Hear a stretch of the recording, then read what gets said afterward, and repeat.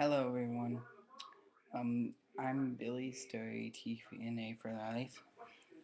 This is my first video ever. I'm gonna be doing wrestling videos. This is my and first I'm gonna do a TNA Impact review. Sorry if I'm nervous. This is my first, like I said, this is my first video ever. This is my TNA review for 9/15/11, and yeah, here we go. The show kicked off with Ric Flair coming out and calling out Sting and saying, yeah, you would have to kill me in order to get to Hogan. And Sting said, well, yeah, that's what I'll do. I thought it was a good segment, and it hyped up the main event.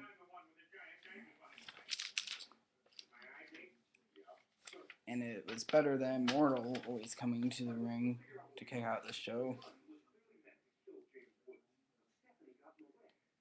And next, Jeff Hardy cut a promo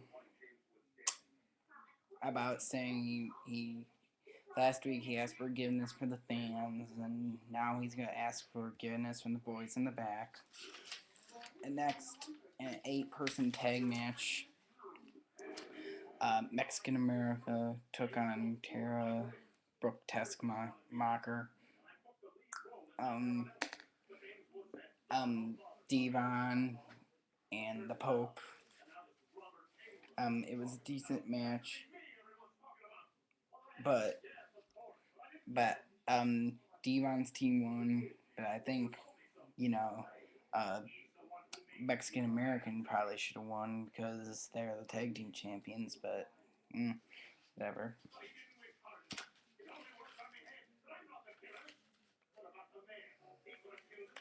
And then there was a backstage segment with Horseface Karen Jarrett telling Tracy Brooks that she has more class than her and that she wanted her to get all the knockouts, and then she brought in all the knockouts. And then she said that Mickie James doesn't have a title shot because the game between her and winner is over, and that they're going to be competing in a tournament, the Queen's Tournament. I forgot what she called it. To determine the number one contender for my favorite knockout winner, my girl winner. And yeah. And then hold on, let me read my notes.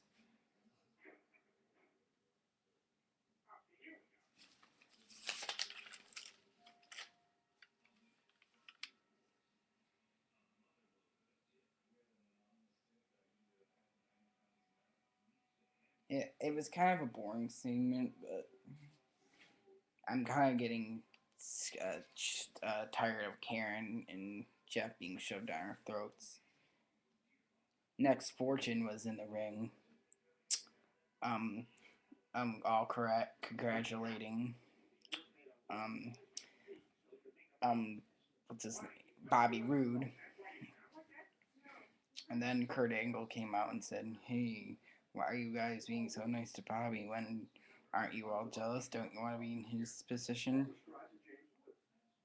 And he said, "For now on, going into Bond for Glory, Bobby Roode will be facing for each week each member of Immortal one by one."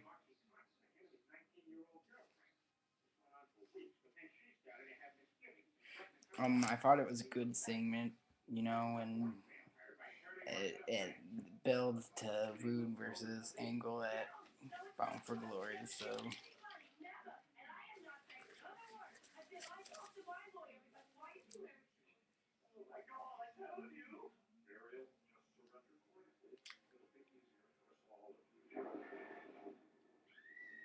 then there was a backstage thing at Dean Bischoff and Angle. It was stupid because it was pretty much official saying, "Oh, what a great idea to have Fortune against Rude."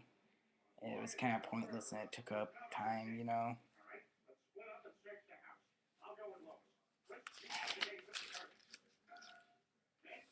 Next was a Queen, that's what it's called, Queen qualifier match between Sky versus Natalie Love, who was accompanied by my favorite knockout winner. This was a good match. In fact, I wish the Dirty Divas matches were as good as this. Velvet won, and that was that.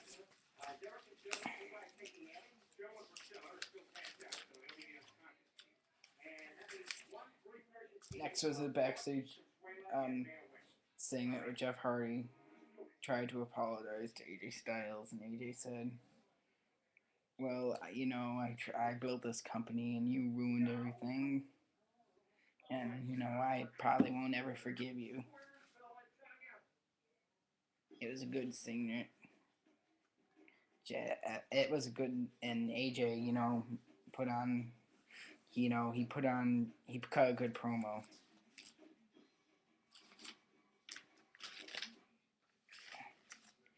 Next, Taz and TNA interviewed Crimson via cell and said he will be. Crimson said he will be back in 2 days. I'm guessing that at Bound for Glory he will fight Samoa Joe. It should be a good match.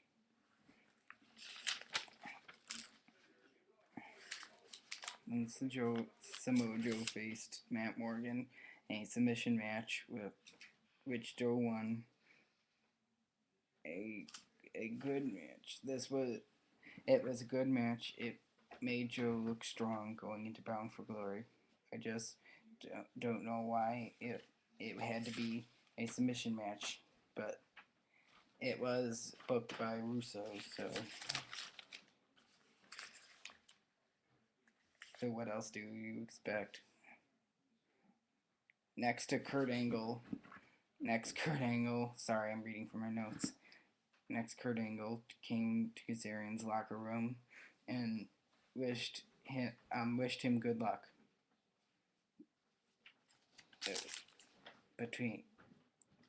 Next,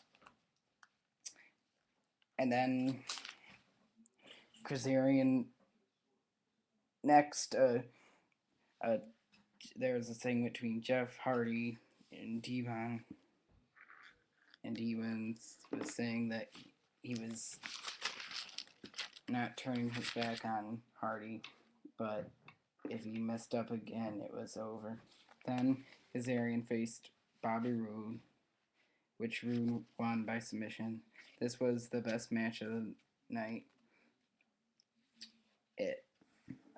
It had lots of good back and forth action, and the right guy won.